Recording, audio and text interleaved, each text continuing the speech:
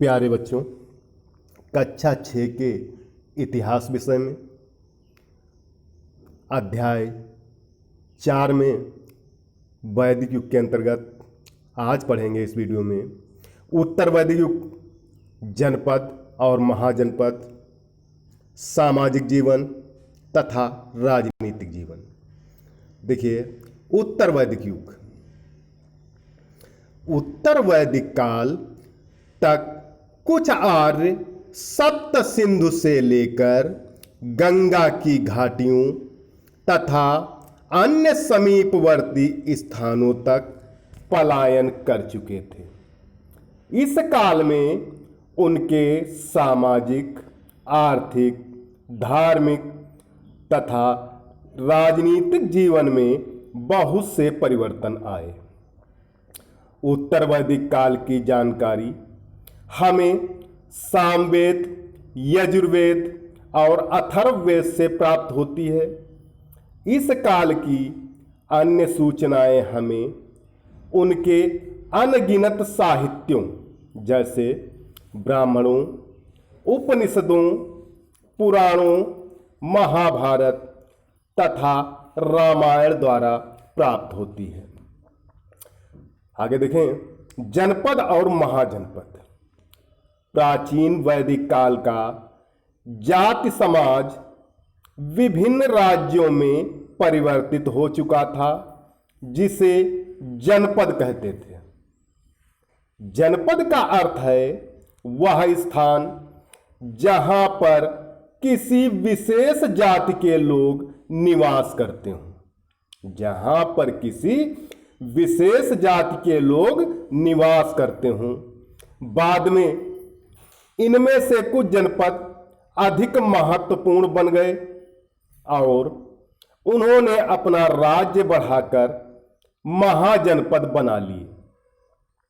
उदाहरण के लिए कुरु, जो दो जातियों को मिलाकर बनी थी, भारत तथा पुरु। कौन सी दो जातियां मिली थी? भारत तथा पुरु। उन्होंने गंगा तथा यमुना, दो आब का क्षेत्र भी मिला लिया। पंजाब के दो आब के मध्य भाग पांचाल देश को भी अपने साथ मिला लिया। जब पुरु तथा पंचाल एक दूसरे के निकट आए तो ये जनपद महाजनपद में परिवर्तित हो गए। आगे देखिए, सामाजिक जीवन। पूर्व वैदिक काल में प्रचलित वर्णाश्रम व्यवस्था में परिवर्तन होने लगे। ब्राह्मण, क्षत्रिय तथा वैश्य सवर्ण कहलाने लगे। ब्राह्मण, क्षत्रिय तथा वैश्य सवर्ण कहलाने लगे। ये व्यक्ति उच्च जाति के थे। इन्हें अनेक विशेषाधिकार प्राप्त थे। इनके विपरीत शूद्रों को निम्न जाति का माना जाता था। वे सवर्णों के विशेषाधिकारों से वंचित होते थे। उत्तर वैदिक काल के समाप्त होते होते वर्ण व्यवस्था जाति व्यवस्था में बदल गई थी।